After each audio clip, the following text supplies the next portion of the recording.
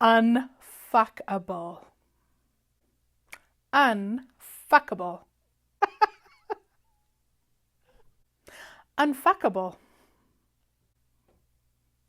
Unfuckable with Glenyce. So, now, I have been in my current business for somewhere between 15 and 16 years. And prior to that, I worked as a psychiatric nurse. So I've actually worked with a lot of sick people over the years. And what I found is something very interesting. If the person is willing, not everybody is, don't kid yourself, but if the person is willing to look at what are they getting out of when they're sick, that often will give them the information that's required to change the sickness. See, we usually go to the doctor, find out a diagnosis, and then we do a lot of stuff to change it or to fix it or to help it or whatever. And what I found is usually the complete opposite, if that makes sense, is actually what it takes. Because I've worked with people who have had cancer, and if they're really willing to look at it, often hate the job that they're in, often hate the person they're married to, or whatever it might be. Like, they're actually choosing the illness to get them out of something that they could actually choose to change and not have to be sick. Things that make you go, And I know it's kind of bold of me to say, and yet all of these years, like, gosh, I'm trying to do the math. I'm not very good at math. 20 some years that I've been working with sick people, probably 90% of them have changed it when they looked at that, when they were really honest with themselves about what was going on.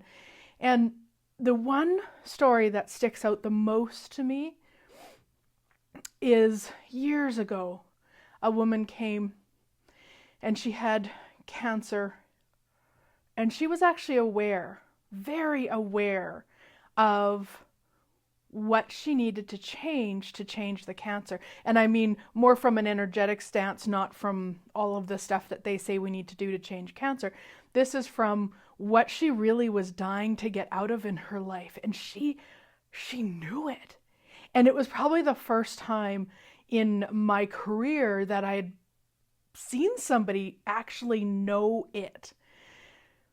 The thing is, she wasn't willing to change it. And she knew that too.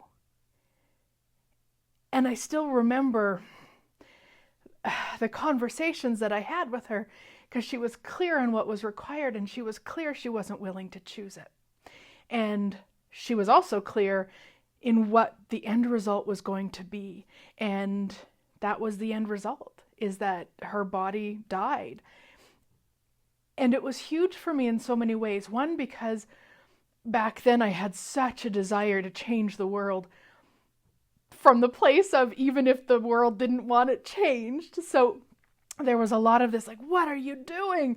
And it was also the allowance that I finally chose way after she died, where I went, wow, she knew it, and she still chose to die, and that's okay.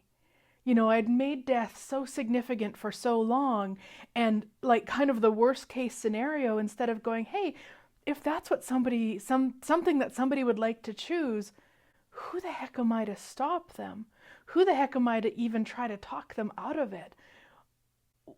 How much easier could it be just to celebrate with the person? So just wanted to talk about that. You know, this week's radio show was about changing health issues, and of course, as I share on the radio show, I had some of my own health issues. So it's really been on my mind, and I wonder what else is possible if we would be willing to be so honest with ourselves about what's going on and what we'd like to choose, so that we don't have to find excuses. We don't have to create illnesses or stuff going in our body to have us wake up to it, just to have us say it to ourselves, just be honest with us. I wonder what that might be like.